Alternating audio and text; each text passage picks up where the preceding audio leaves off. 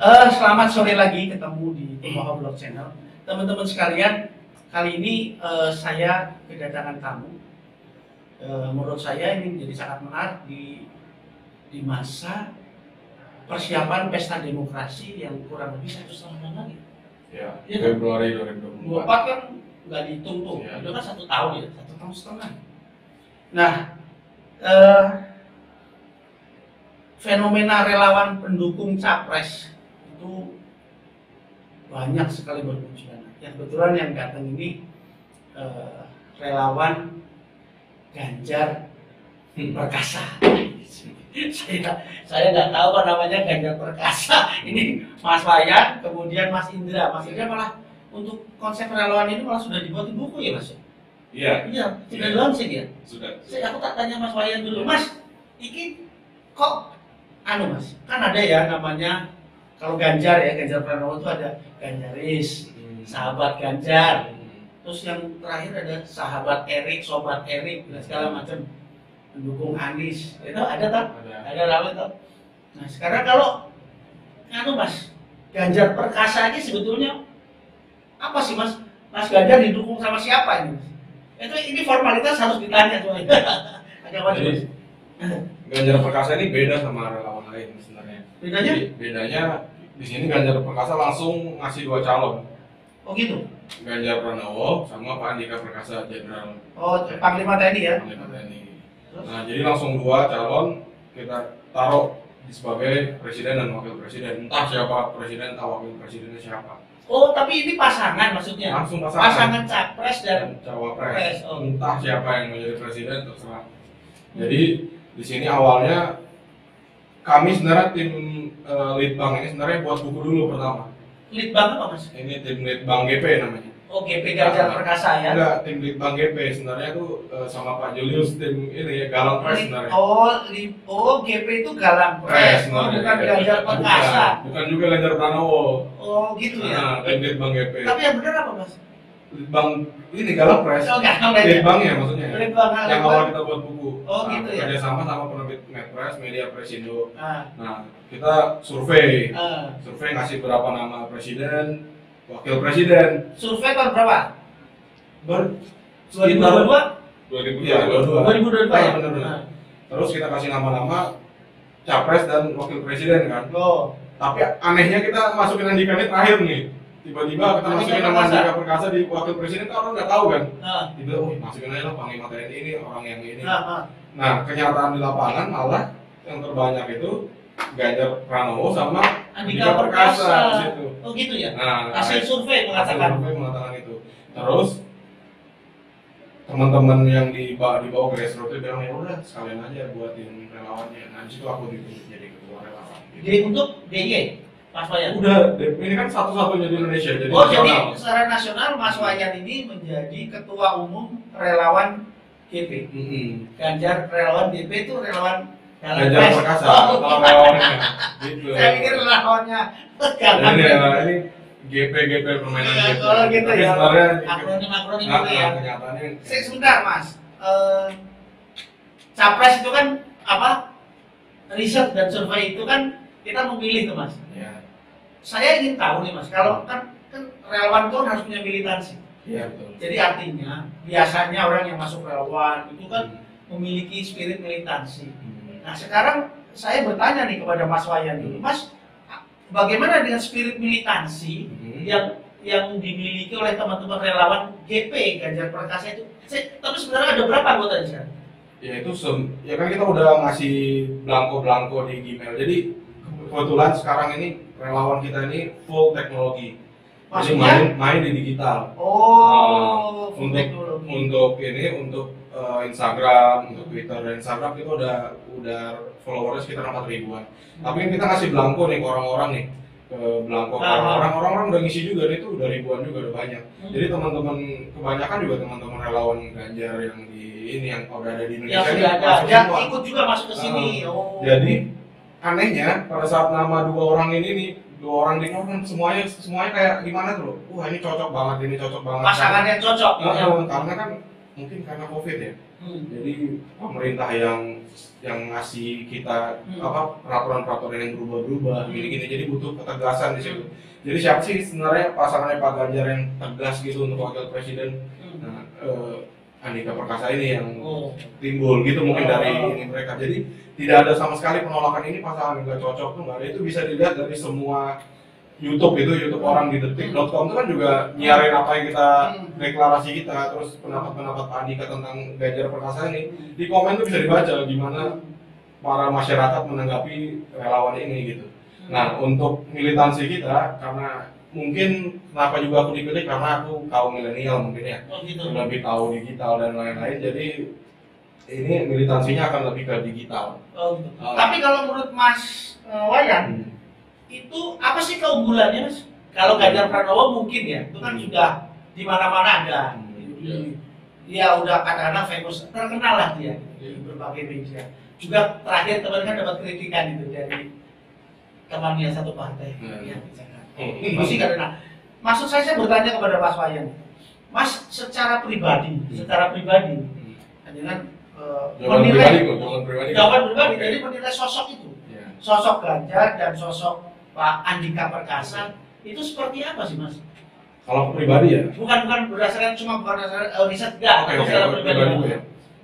Ya kita ini udah melakukan pembangunan 10 tahun di era Jokowi ini sangat baik ya. Dan menurutku yang bisa satu-satunya yang bisa melanjutin apa yang Pak Jokowi lakukan ini ke infrastruktur, terus Nusantara ini di Kalimantan, ibu kota baru ini hanya Ganjar Pranowo. Nah untuk apa Andika Perkasa di sini kita juga butuh kekuatan di luar negeri gitu. Maksudnya? Kekuatan luar negeri itu bagaimana negara kita ini dipandang sebagai negara besar itu kan dari militernya gitu. Dari kemampuan militernya, terus ketegasan kita di dunia luar gitu kan.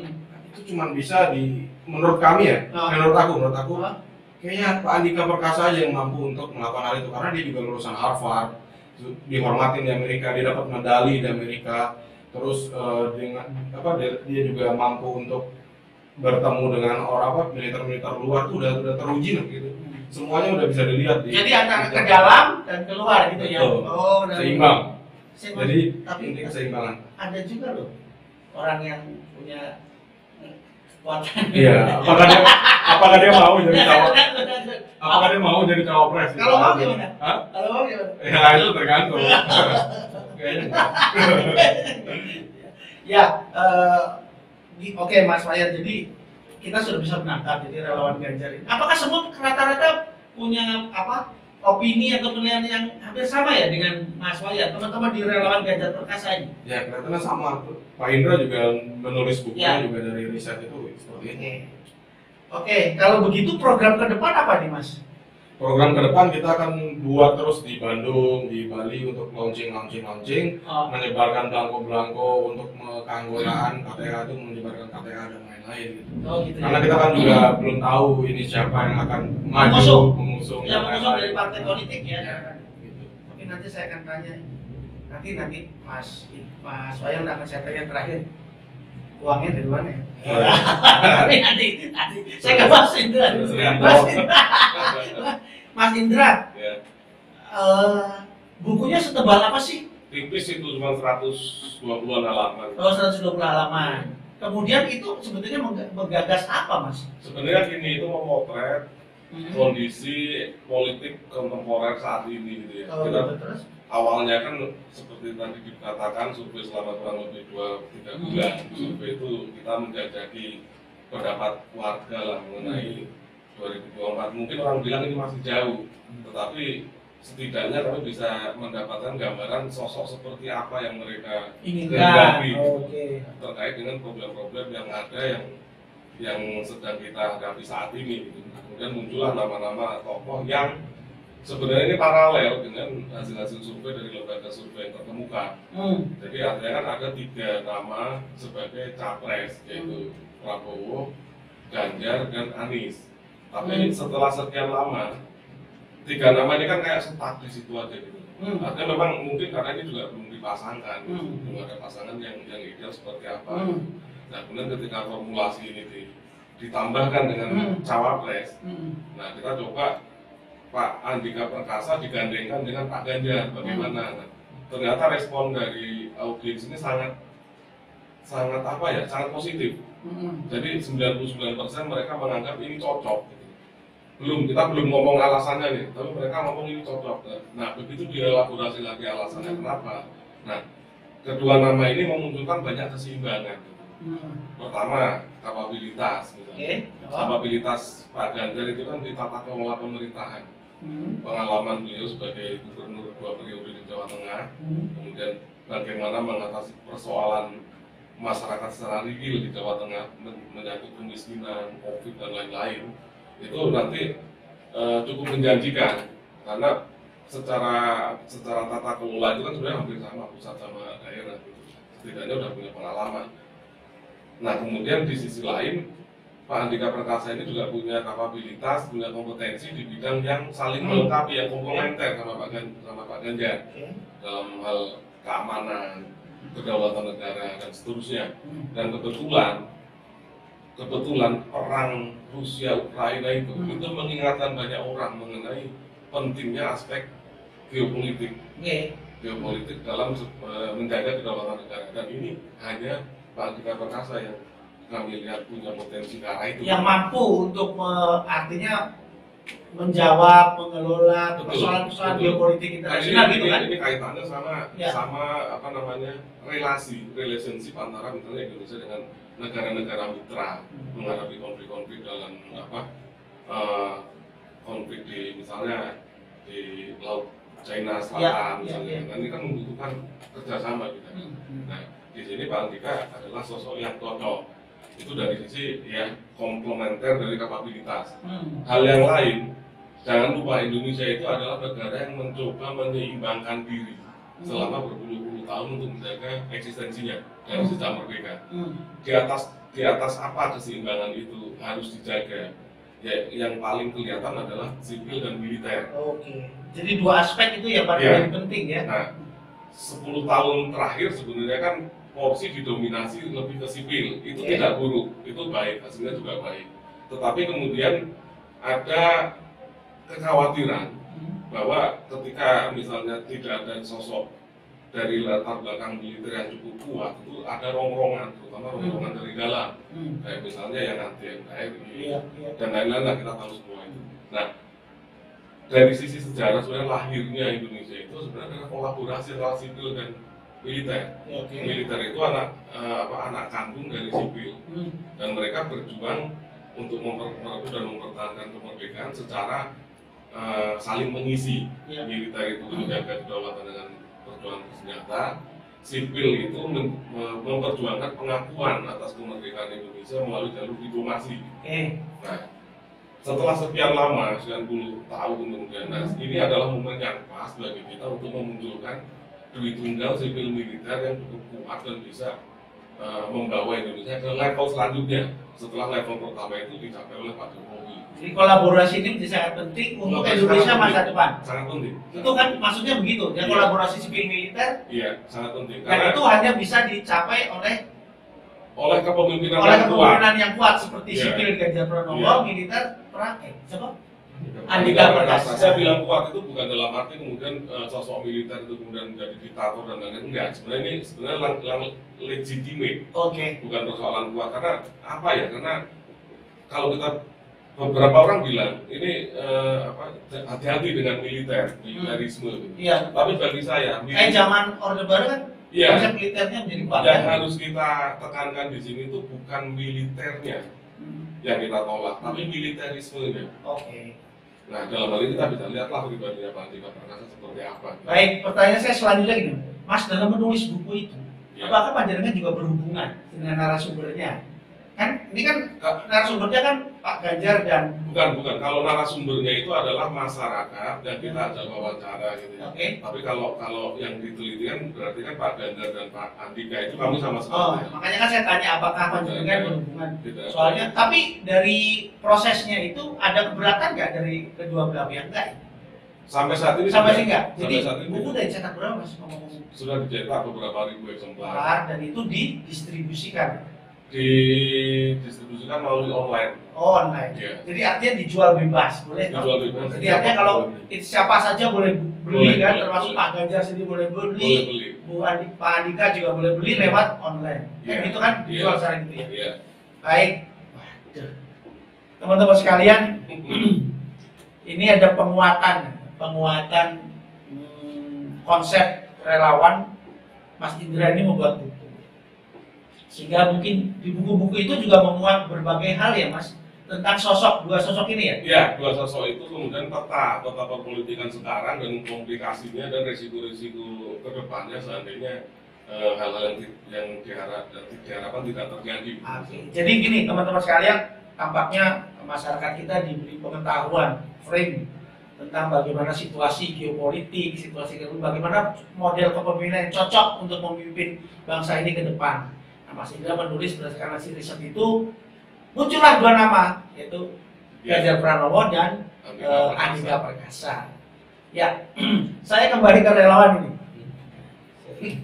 Pertanyaan saya yang tadi nih, Mas Wayan menggerakkan massa, membuat program, itu kan perlu duit. Saya langsung ya, perlu dana dong. Pertanyaan saya dulu, suplai dananya ini dari mana Mas? Jadi ini perlu ditekankan ya, perlu digaris bawahi ya. Oh iya dong. Bahwa kami ini Ganjar Pranowo tidak ada sama sekali dapat dana dari siapapun. Yang benar Mas? Benar. Serius? Serius.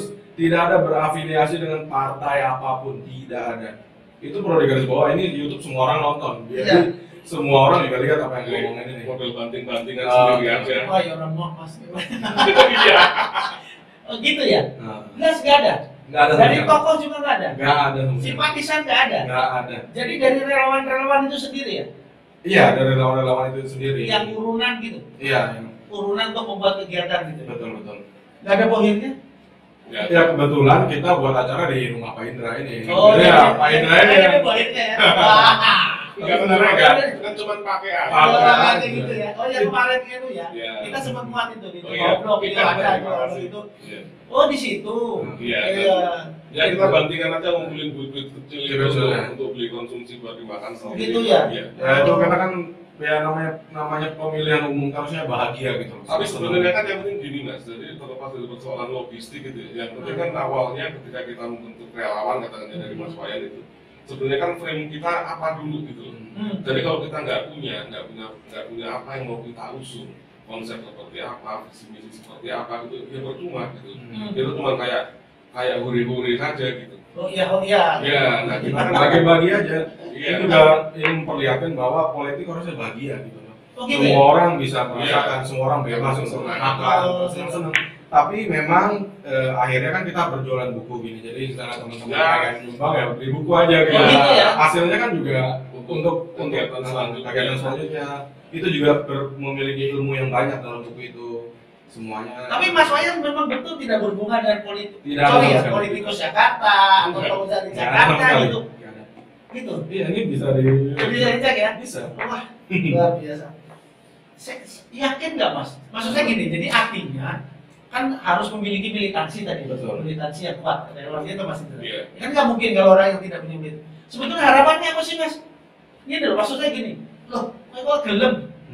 Bahasanya ya Mas, ya toh, kok gelem memperjuangkan yang namanya Pak Ganjar Pranowo dan Pak Andika Perkasa melalui bentuk relawan itu. Iya. Itu spiritnya itu. Kemudian harapannya apa Mas? Harapannya sebenarnya yang utama kan Indonesia ini kan politik identitas lagi naik gitu. Oh, gitu. Itu punya kita tuh sebagai dan teman-teman sebenarnya tuh lihat di situ kita nggak mau 2024 ini politik identitas yang akan menang gitu. Oh gitu ya? Nggak, itu karena Asal bukan gitu ya? bukan asal bukan maksudnya kita berpolitik itu ya secara benar gitu loh. Kita nggak bisa pakai identitas untuk memenangkan sesuatu gitu loh. Dan itu udah terjadi kan beberapa tahun yang lalu dan menurut kami itu bukan hal yang baik untuk negara. Oh. Sebenarnya itu aja sih. Jadi bukan untuk alat tawar menawar gitu ya? Nah, salah satu alasan kenapa saya mau kemudian menuliskan buku itu salah satu hal gini Mas. Katanya itu Indonesia kan mau menyongsong Indonesia emas Iya, 2045. 45. Nah kemudian iseng-iseng saya cek tahun 2045 mendatang siapa sih generasi yang paling menentukan, yang populernya paling banyak nanti gitu.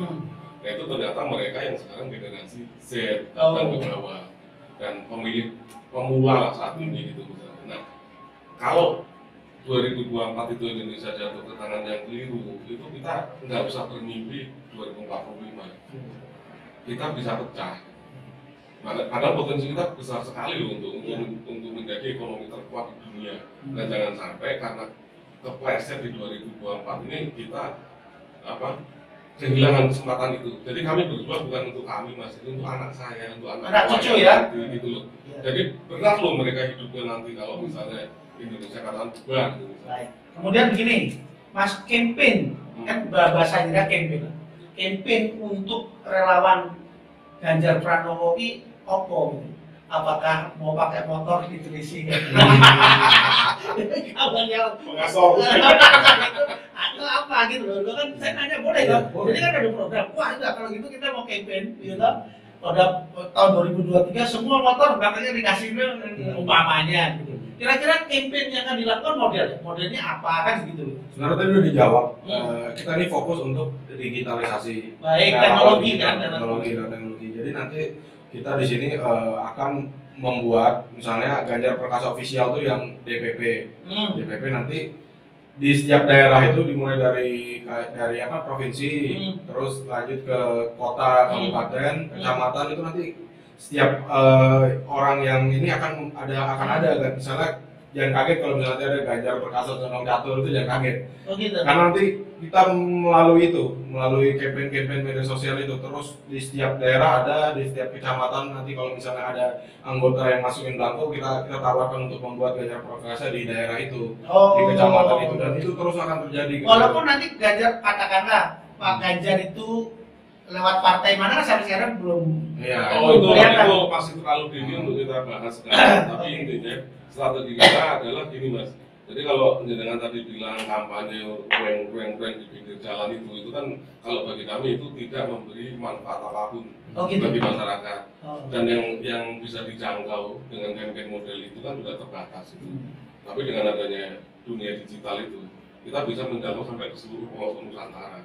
Nah, tapi tentunya kan apa yang mau kita distribusikan ke mereka sehingga mereka mau bergabung gitu.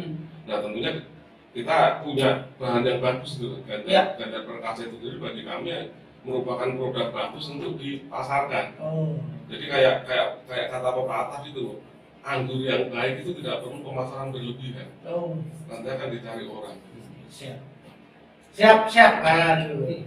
Tapi kan viral mas. Itu kalau pakai motor kan viral. Ada dua hal.